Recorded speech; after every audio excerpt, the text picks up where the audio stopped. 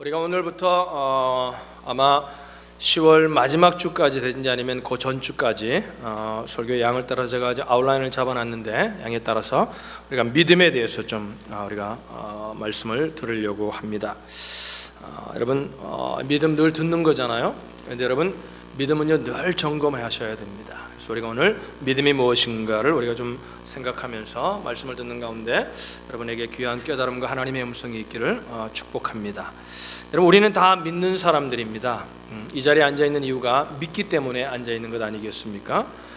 그러나 여러분 성경에 보면은 믿음이라고 해서 다 똑같은 믿음이라고 말씀하고 있지 않고요, 믿음에도 여러 가지의 믿음이 있다고 성경은 우리에게 말씀하고 있습니다. 제가 읽어드릴 몇 가지 구절인데 여러분 잘 들어보십시오. 마태복음 6장 30절에 보면은 우리 예수님께서 이런 말씀을 하셨습니다. 오늘 있다가 내일 아궁이에 던지오는 들풀도 하나님이 이렇게 입히시거든 하물며 너희일까 보냐 믿음이 적은 자들아.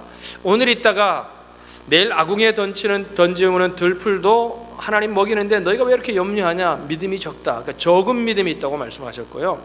또 마태복음 15장 28절에서는 우리 예수님께서 이에 예수께서 대답하여 가라사대 여자야 내 믿음이 크도다 내 소원대로 되리라 하시니 그 시로부터 그의 딸이 나으니라. 보세요.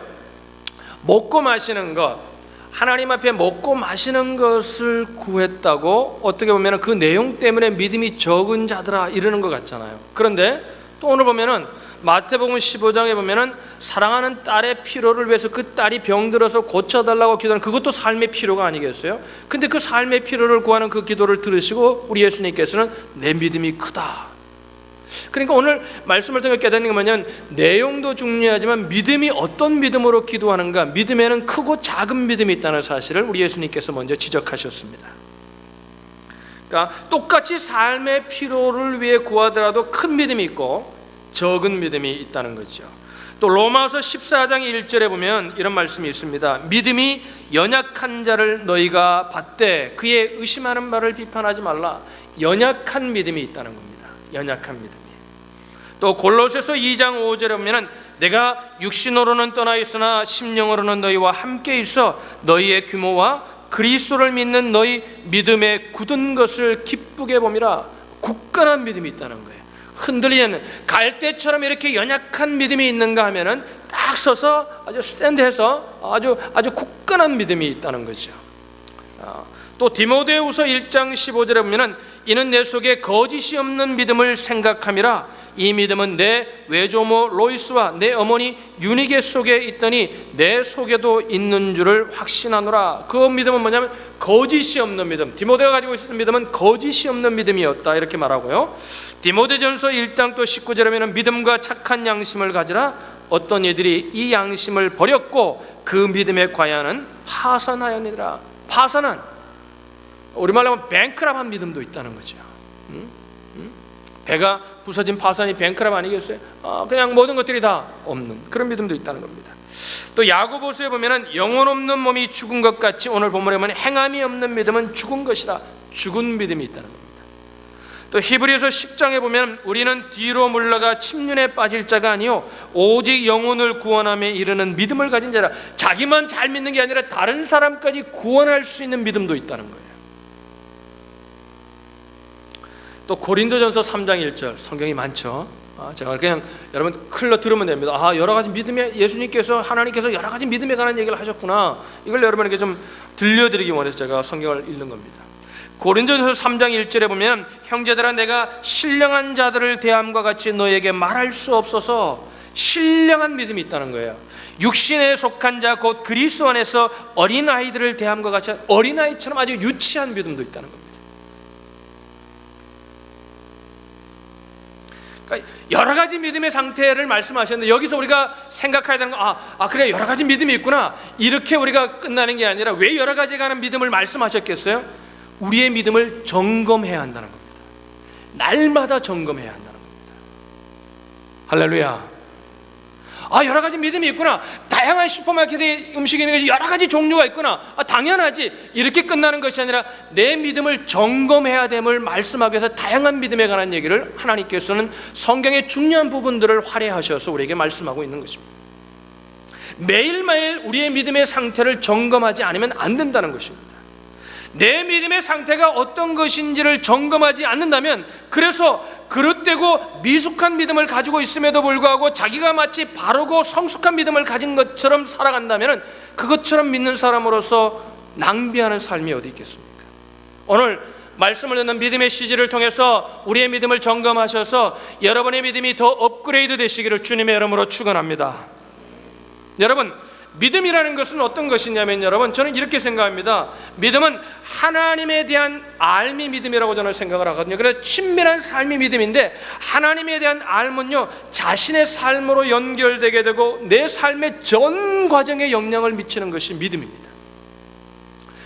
믿음이라는 단어가 굉장히 추상적이기 때문에 믿음이라 그러면 우리는 정확한 정의가 내려지지 않아서 모호한 것처럼 생각하지만, 여러분, 믿음이라는 것은 굉장히 구체적인 것이고, 믿음은 굉장히 실제적인 것이고, 믿음은 굉장히 확실한 것이 믿음이라는 것입니다. 그래서 우리의 모든 삶의 영역에, 전 영역에 영향을 끼치는 것이 바로 믿음이라는 것입니다.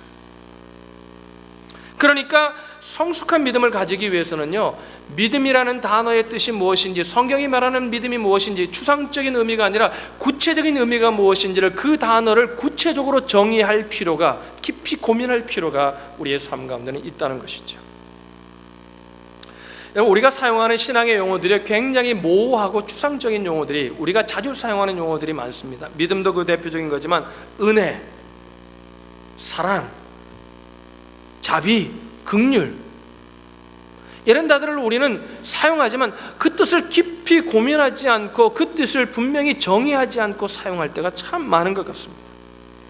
여러분, 오늘 한국교회처럼요, 성경 공부 많이 하는 그리스도인들도 없습니다. 참 한국 성도님이 열심히 있었어요. 기도도 많이 하고 성경 공부 참 많이 합니다. 우리 교회도 벌써 이제 또 개강하러 또 성경 공부를 또 하잖아요. 성경을 참 많이 합니다. 성경 공부가 나쁘다는 얘기가 아니라, 그런데 여러분, 그렇게 열심히 성경 공부하는 나라가 없을 정도로 정말 말씀을 공부하는데 열심히 나라예요. 우리나라, 제가 미국 교회도 섬겨보고 선교도 가보고 여러 가서 사역을 해보면요, 우리나라 성도들처럼 열심히 말씀을 공부하는 성도들 참 드뭅니다.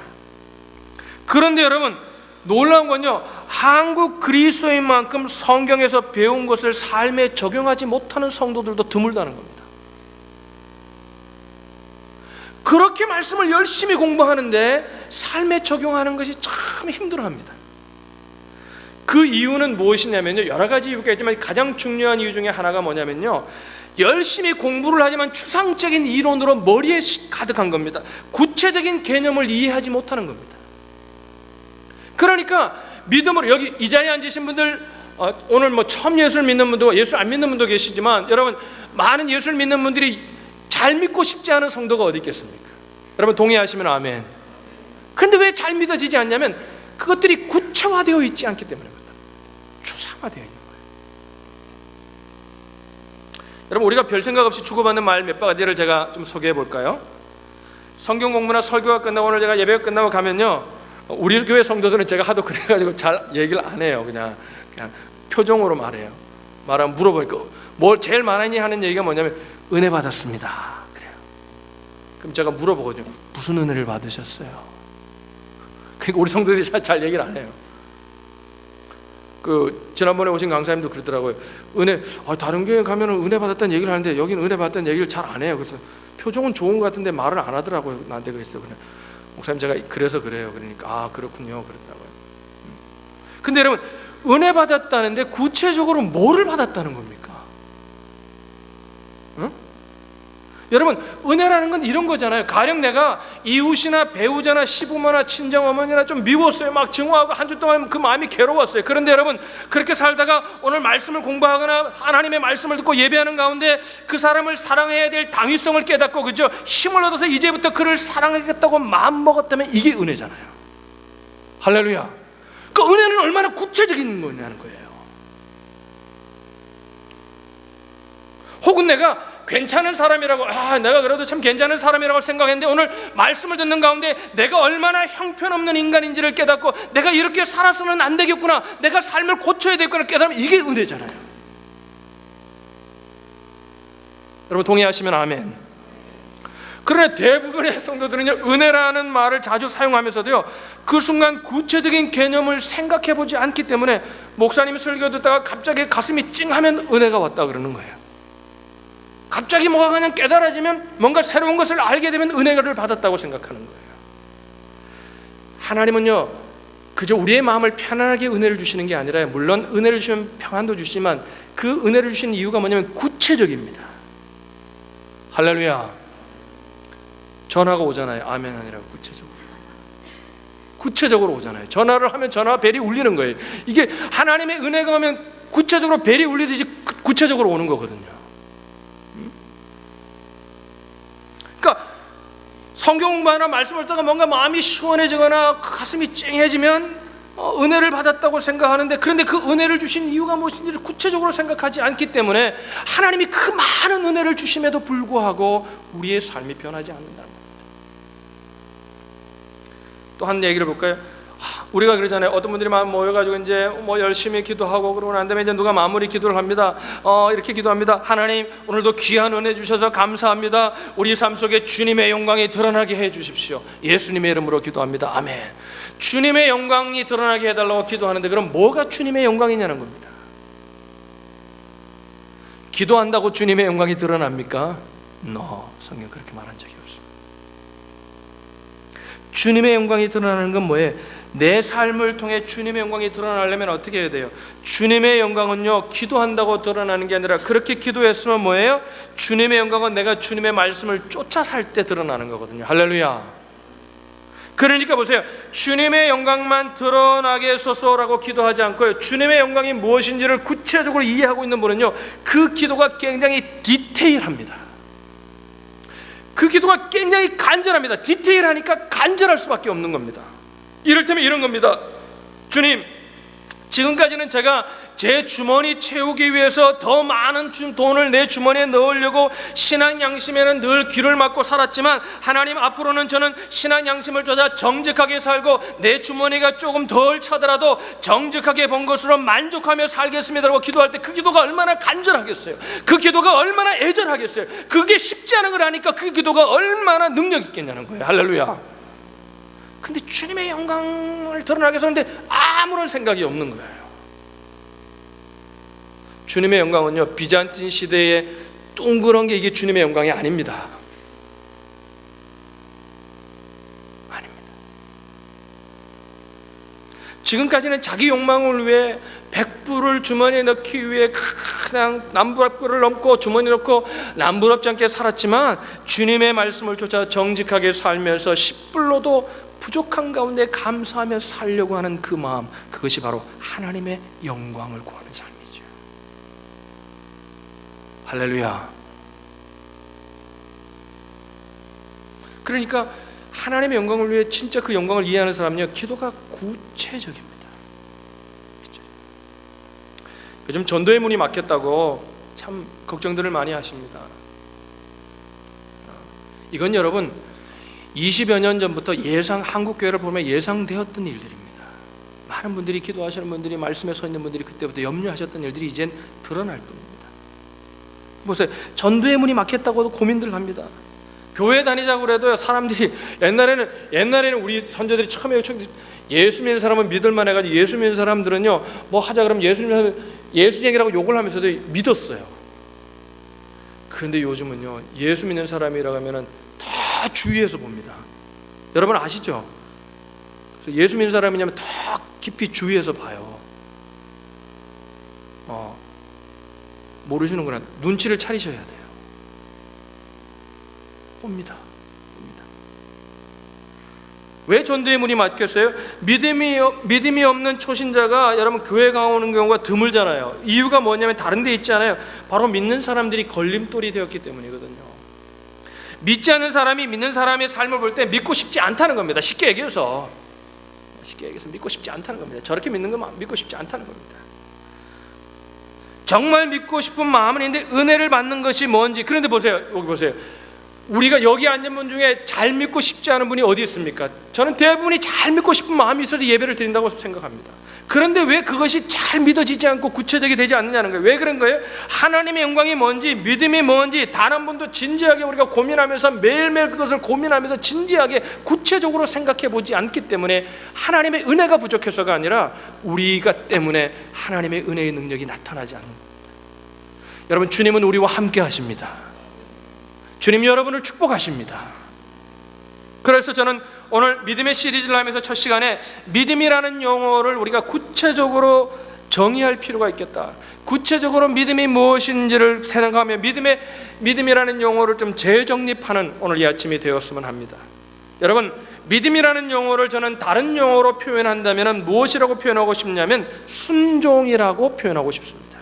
순종입니다. 여기 순종에는 두 가지의 종류가 있습니다. 하나는 뭐냐면 하나님의 말씀에 대한 순종입니다. 만약에 어떤 사람이 김 목사를 믿는다고 말해놓고선 김 목사가 말만 하면 이렇게 얘기합니다. 속으로 이렇게 얘기합니다. 앉아가지고 들으면서 이렇게 생각합니다. 아유, 저거 거짓말이야. 저걸 어떻게 믿어? 그러면 김 목사를 믿는 겁니까? 안 믿는 겁니까? 안 믿는 겁니다. 하나님을 믿는다는 건요, 하나님이 말씀하신 말씀을 믿는 겁니다. 할렐루야. 그래서 그 말씀에 순종하는 거, 이게 믿음입니다. 근데 여러분, 거기만 있는 것이 아니라요, 순종이라는 그 의미 속에는 두 번째 의미가 또 있습니다. 그 의미가 무엇이냐면요, 순종이라는 말 속에는 여러분, 주어진 상황을 믿음으로 받아들이는 순종하는 겁니다. 하나님 우주 만물을 창조하신, 천지 만물을 창조하신 창조주이십니다. 그 하나님이요, 멀리 계시는 게 아니라 성경은 뭐라 하냐면 우리와 함께 하신다고 말씀하십니다. 그럼 보세요. 그 멀리 계시진 하나님이 언제든지 내 삶 속에 함께 하시는데 뭐예요? 그럼에도 불구하고 그 함께 하시는 하나님과 동행하는 삶에도 불구하고 사업에 실패하거나 졸업 후 취직이 되지 않거나 내가 원하는 직장으로 옮겨지지 않거나 혹은 병이 들거나 혹은 이런 일이 생기거나 혹은 저런 일이 생긴다면 무슨 생각을 대부분의 사람들이 합니까? 원망하죠. 그러나 보세요. 잘 생각해보세요. 하나님을 믿는다면 어떻게 했어요? 하나님이 나를 골리시려고, 나를 애먹이시려고 그렇게 하신 게 아니잖아요. 하나님이 뭔가 내 삶에 변화시킬 부분이 있든가, 아니면 하나님이 나를 더 큰 그릇으로 만들길 원하시든가, 하나님의 뜻이 있는 거 아니겠어요? 그러면 뭐예요? 믿음의 사람이라면 그 좋지 않은 환경을 빨리 벗어나려고 힘쓰는 것보다 뭐예요? 하나님이 주신 환경을 믿음으로 수용할 수 있어야 되죠. 할렐루야. 저는 이렇게 믿습니다. 한 달에 인컴이 3,000불, 5,000불씩 받던 사람이 어느 날 잡을 일어 가지고 인컴이 500불, 1,000불로 줄어든다면 거기에 맞춰서 내 삶을 어저스트해서 그 삶을 바꿀 수 있는 것, 그것이 바로 믿음의 삶이라고 저는 생각합니다. 삶은 바꾸지 않고 수용해야죠. 그게 순종하는 거잖아요. 할렐루야. 제가 보면 참 안타까운 게 뭐냐면 힘들어요. 우리 교회가 아니라, 우리 교회는 그런 분이 없습니다. 또 누구냐고 찾으니까, 제가 옛날에 목회하던 교회에 사람들이 많으니까 여러분들이 많았어요. 그 교회 우리 성도님 보면 뭐냐, 맨날 없다고 막 그러면서도요 할 건 다 해요. 그냥 맨날 툭하면 냉면 먹으러 가고요,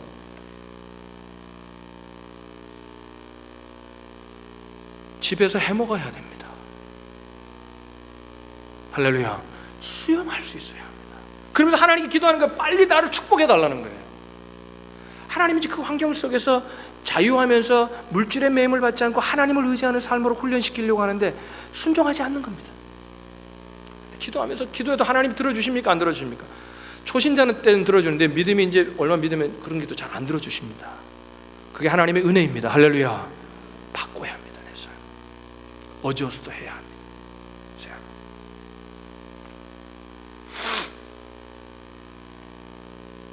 내 눈앞에 닥치는 어떤 상황이든지 하나님께서 피하라고 주신 것이 아니라 뚫고 나가라고 주신 거거든요. 그 안에서 내 삶을 어저스트하고 내 삶을 변화시키라고 주신 거거든요. 그래서 첫 번째는 순종이 필요하고요, 두 번째 믿음은 어떤 거냐면 구체적으로 용기가 필요합니다. 따라합시다. 용기가 필요합니다. 옆에 분에게 이렇게 권면하겠습니다. 용기를 내십시오. 보세요. 주어진 상황에, 그저 말씀에 순종하고 주어진 상황에 순종하려면 뭐가 필요해요? 용기가 없이는 안 됩니다. 머리로는 알아요. 해야 되겠는데 용기가 없으면 못해요. 그죠? 제가 말씀을 하나 드릴게요. 성경에 보면은 여러분이 다 아는 예화를 드리겠습니다. 처녀인 마리아에게 오늘 천사가 나타나서 이렇게 말합니다. 네가 아이를 낳을 것이다. 그래서 그 아들이 바로 하나님의 아들이다. 마리아가 어땠을까요? 여기 처녀들 있죠. 처녀들에게 오늘 하나님이 천사를 보내게 하면 이제 네가 내 아들을 낳을 거다. 황당한 거예요. Oh my God, what happened to me? 그러니까 마리아가 이렇게 말합니다. 내가 사내 아이를 알지 못하는데 어떻게 이런 일이 있을 수 있습니까? 이 얘기는 뭐냐면요, 그 당시에 율법에 의하면요, 처녀가 아이를 낳으면요, 온 주민들이 동네에 모여놓고 온 주민들을 먹고 돌로 쳐 죽이는 것이 율법이었습니다. 그 상황이 뭐냐면 처녀가 내가 아들을 낳으면 어떻게 되냐면 죽는 거예요. 발각되면. 그러니까 마리아가 기겁을 하고 얘기합니다. 내가 사내를 알지 못하는데 어떻게 이런 일이 있을 수 있습니까? 반문할 때 천사가 뭐라고 얘기했어요? 성경에 보면 대저 하나님의 말씀에는 능치 못함이 없느니라. 마리아처럼 반응하는 건요, 믿음의 사람이라도 똑같이 반응하는 겁니다. 그런 반응이 없다는 건요, 생각이 없는 사람이지 반응은 그렇게 다 하는 겁니다. 그런데 이렇게 말하는 겁니다. 대저 하나님의 말씀에는 능치 못함이 없느니라. 그러니까 마리아가 그 말을 듣고 뭐라고 말합니까? 주의 말씀이 내게 이루어지리이다. 할렐루야. 목숨을 건 모험이에요. 용기예요.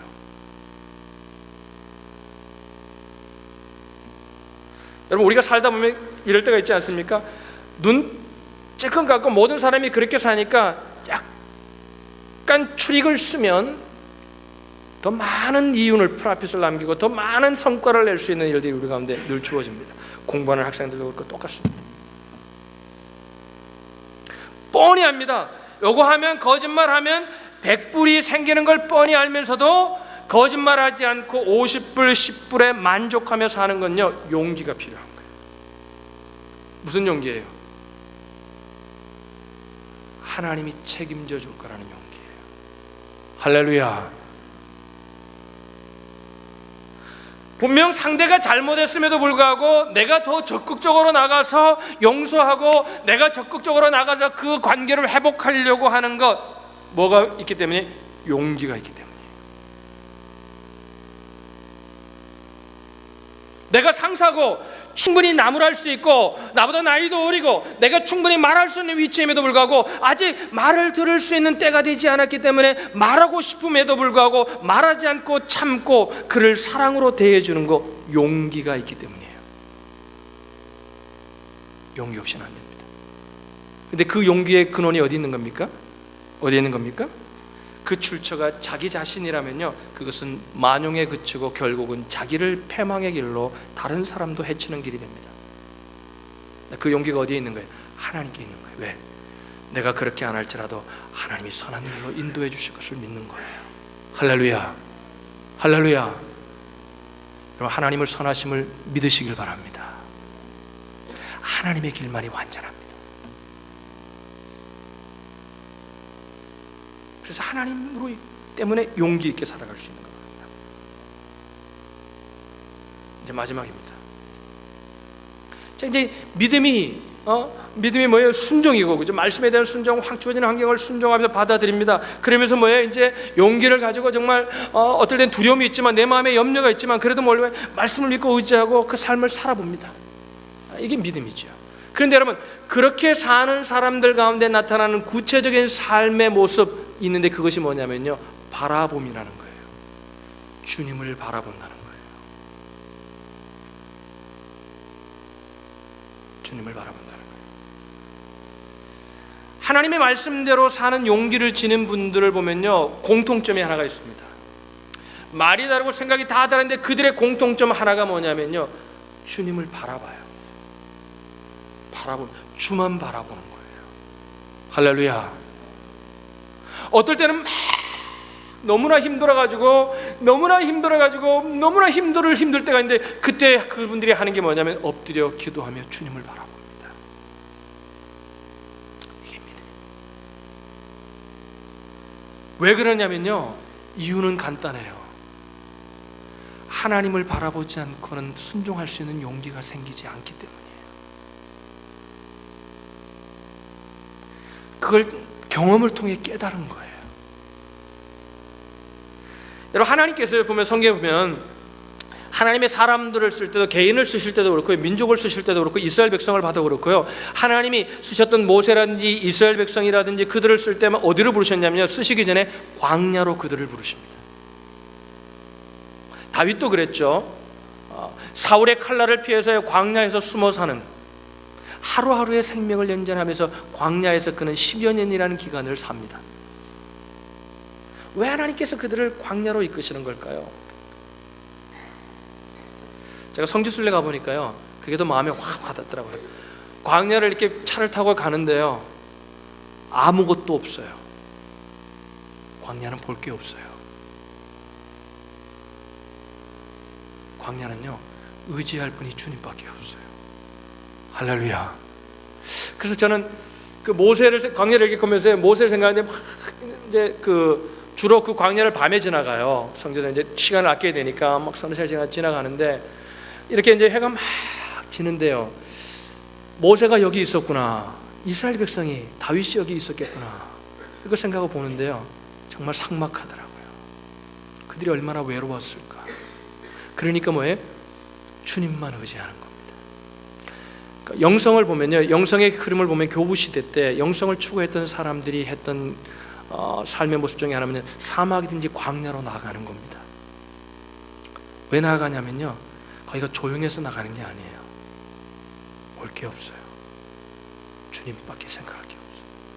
하나님만 바라봐요. 물 한 폭이, 물 한 방울도 없게 해요. 하나님밖에 의지할 분이 없습니다. 저는 오늘 이 말씀을 듣는 저와 여러분에게요, 하루하루의 삶 가운데 여러분이 영적인 광야의 시간이 있기를 주님의 이름으로 축복합니다. 솔리튜드라 그러잖아요. 영적인 고독이라 그러잖아요. 그게 영성이거든요. 우리가 함께하고, 목원들과 함께하고, 우리가 또 서로 코이노니하고 교제하고 그리스도 안에서 교제하는 것도 중요하지만 균형이 항상 있어야 됩니다.